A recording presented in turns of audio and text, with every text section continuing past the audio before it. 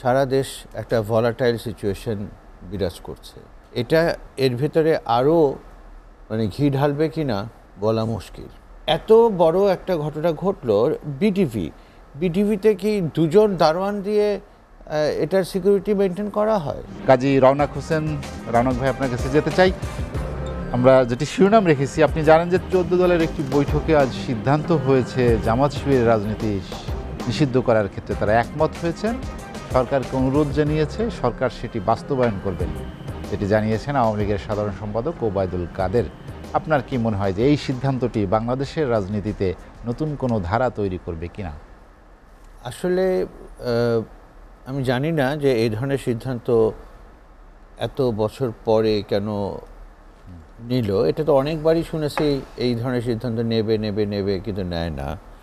এখন যেই সময় এই সিদ্ধান্তটা নিতে যাচ্ছে বা বাস্তবায়ন হবে কতটুকু জানি না, কিন্তু নিতে যাচ্ছে যে সময়টায়, সেই সময়টায় কিন্তু সারা দেশ একটা ভলাটাইল সিচুয়েশন বিরাজ করছে।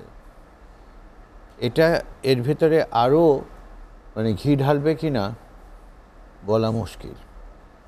আর সবচেয়ে বড় কথা হলো যে এইটা কথায় কথায় কোনো কিছু হলেই বিএনপি জামাত তাদের উপরে দোষ চাপিয়ে দেওয়া হয়।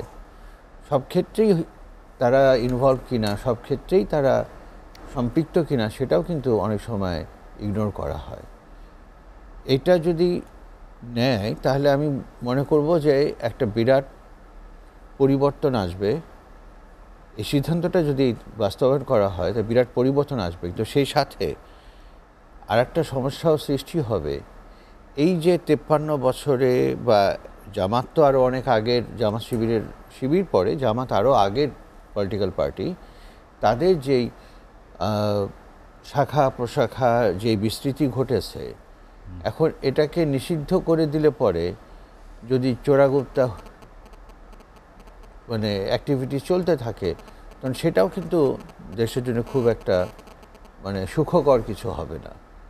আমাদের সবচেয়ে যে জিনিসটা দেখা উচিত ছিল যে এই ধরনের ঘটনাগুলোকে বাড়তে না দেয়া। আজকে যেই স্থাপনাগুলোতে ধ্বংসযজ্ঞ চালানো হয়েছে, জি, সেগুলো নিঃসন্দেহে খুবই ন্যাক্কারজনক একটা ঘটনা, এটা আমরা সবাই ধিক্কার দেই। কিন্তু পাশাপাশি আমি একটা প্রশ্ন রাখতে চাই, তা হচ্ছে যে এই প্রত্যেকটি হচ্ছে কেপিআই অর্থাৎ কি পয়েন্ট ইনস্টলেশন। তো কেপিআইতে যে সিকিউরিটি থাকার কথা, সেই সিকিউরিটি কোথায় ছিল? আমি আনফর্চুনেটলি এই সময়টাতে দেশে ছিলাম না, কিন্তু বাইরে থেকে আমি দেখেছি, সব কিছুই দেখেছি। এত বড় একটা ঘটনা ঘটল, বিটিভিতে কি দুজন দারোয়ান দিয়ে এটার সিকিউরিটি মেনটেন করা হয়?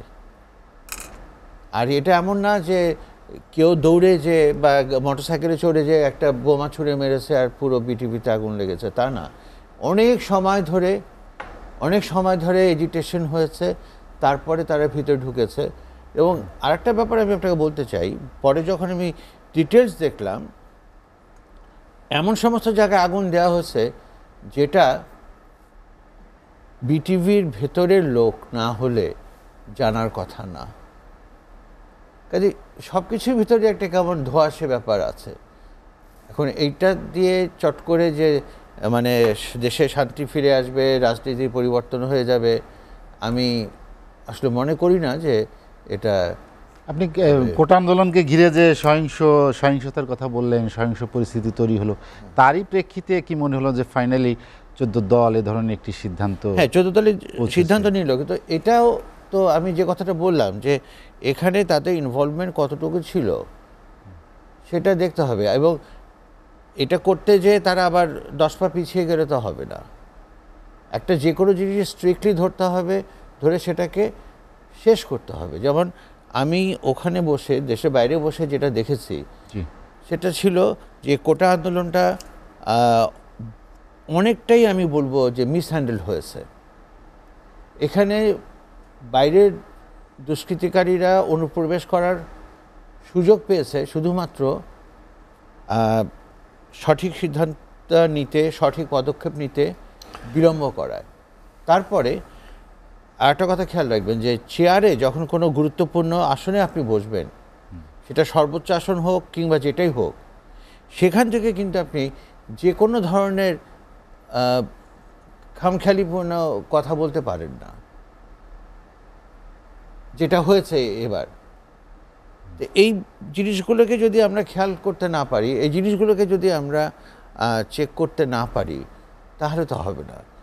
আর সবচেয়ে বড় কথা হলো এই যে ধরেন সরকারি হিসাবে 150, পত্রিকার হিসাবে 207 এবং সাধারণ লোকজনের হিসাবে এটা আরও বেশি। যতই হোক, যেই মায়েদের বুক খালি হয়েছে তারাই শুধু এটার কষ্টটা বুঝতে পারবে। আর বাইরে যে যতই কাঁদুক, যে যতই যাই করুক, কোনো লাভ নাই।